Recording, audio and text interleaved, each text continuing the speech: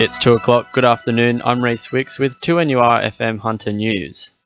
The architect behind the Victorian Council mergers of the 1990s, Jeff Kennett, says Hunter residents have nothing to worry about if proposed amalgamations go ahead.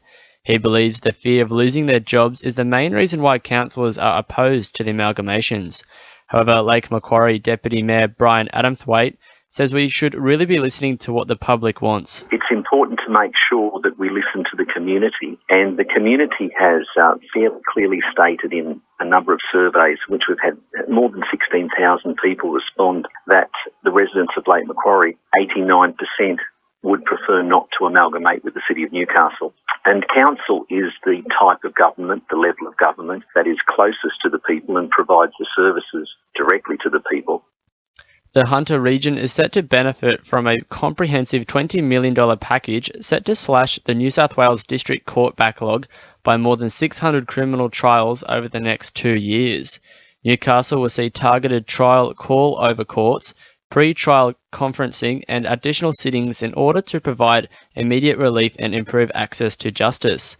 Parliamentary Secretary for the Hunter, Scott McDonald, says the effects will benefit a lot of people within the community. Look at that injection of funding and extra resources and review it June next year and see if it's made a significant difference. It obviously impacts on people's charge, but it has significant community impact, including people who are defending their families, the criminal justice system, on our jails, and everybody involved in the district court matters.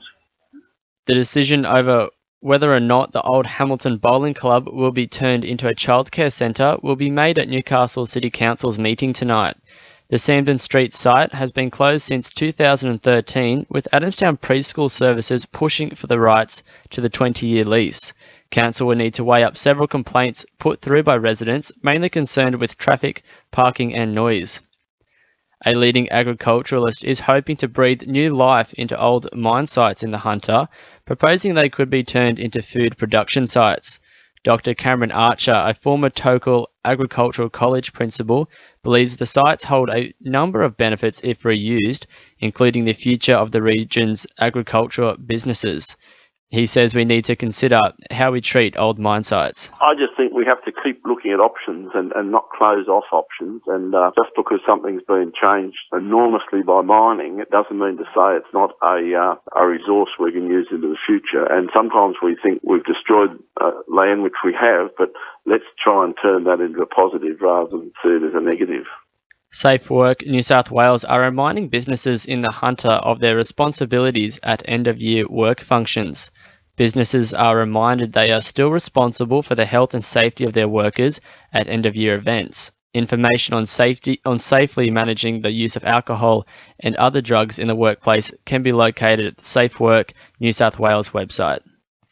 And briefly, a concrete truck has rolled over in an accident in Allendale. Emergency services are at the scene of Allendale Road, whereby a driver is being treated by paramedics. Traffic is flowing through the area, but there is reportedly concrete spillage at the site of the accident. In finance, the All Ords is down 27 points at 51.78, and $1 Australian is buying 72.60 US cents. Sport. Thanks to our sponsor, Warners Bay Sports Club. The Newcastle Jets are hoping to turn their home game win statistics around in coming weeks as they attempt to make the finals.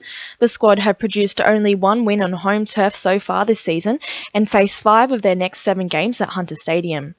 After conceding a whopping 54 goals last season, the Jets are making defence a priority. They're set to host Melbourne City this Sunday. Preparations are ramping up for the upcoming Lake Macquarie Amateur Men and Women's Golf Championships. A number of international entries have already been received for the tournament, but reigning men's champion Canadian Corey Connors is absent from the list. The Men and Women's Championships are set to be played concurrently next month for the first time in the tournament's 58-year history. And after scoring the winning goal for Australia in their World League Finals win over Belgium, Hunter hockey star Matt Dawson is now setting his sights on a spot in the Olympic team for Rio de Janeiro. That's sport. I'm Christine Sheridan. 2 on your FM news time is 2:05.